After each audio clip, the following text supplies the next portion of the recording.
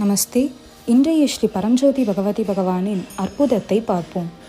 நான் டாக்டர் இலியா செந்தில்குமார், தமிழ்நாட்டின் திருப்பூரில் இருந்து. நான் 2021 இந்த தர்மாவிற்கு அறிமுகமானேன். நான் பங்கேற்ற முதல் ஹோமம் ஆன்லைன் நவராத்திரி ஹோமம் ஆகும். அந்த நேரத்தில் லண்டனில் உள்ள கிங்ஸ் கல்லூரியில் வணிக மேலாண்மை படிப்பில் சேர்வதற்கு அனுமதி பெற்றிருந்த எனது மூத்த மகள் ஈஷாவிற்காக நான் தீவிரமாக பிரார்த்தனை செய்தேன். ஸ்ரீ பரஞ்சோதி பகவதி பகவானின் எல்லையற்ற கருணையால் உச்சக்கட்ட கோவிட் காலத்திலும் அவள் முழுமையாக பாதுகாக்கப்பட்டாள். குடும்பத்தைப் போல அவளுக்கு ஆதரவளித்த அற்புதமான நண்பர்களும் அவளுக்கு கிடைத்தார்கள். இந்த தெய்வீக பாதுகாப்பை கண்ட நான் ஆழ்ந்த நம்பிக்கையுடனும் நன்றியுடனும் அனைத்து ஹோமங்களிலும் தவறாமல் பங்கேற்க தொடங்கினேன். என் மகள் தனது பட்டப்படிப்பை முதல் வகுப்பில் வெற்றிகரமாக முடித்தாள். மேலும் வேலை கிடைப்பதற்காக கடினமான சூழ்நிலை இருந்த போதிலும் டிஏஜிஓ நிறுவனத்தில் மனிதவளத்துறையில் அவளுக்கு ஒரு வேலை கிடைத்தது. கடந்த ஆண்டு அவள் அயர்லாந்திற்கு மாற்றப்படவிருந்தாள்.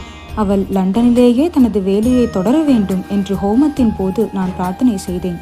அற்புதமாக 1 மாதத்திற்குள் நிறுவனம் அவளது கோரிக்கையை ஏற்றுக்கொண்டது. அவள் லண்டனிலேயே தொடர்ந்து பணிபுரிகிறாள். மேலும் அவளுக்கு திறமை மிக்க தொழிலாளர்களுக்கான விசாவும் வழங்கப்பட்டது. இவை அனைத்தும் ஸ்ரீ பரஞ்சோதி பகவதி பகவானின் தெய்வீக அருளால் நிகழ்ந்தன.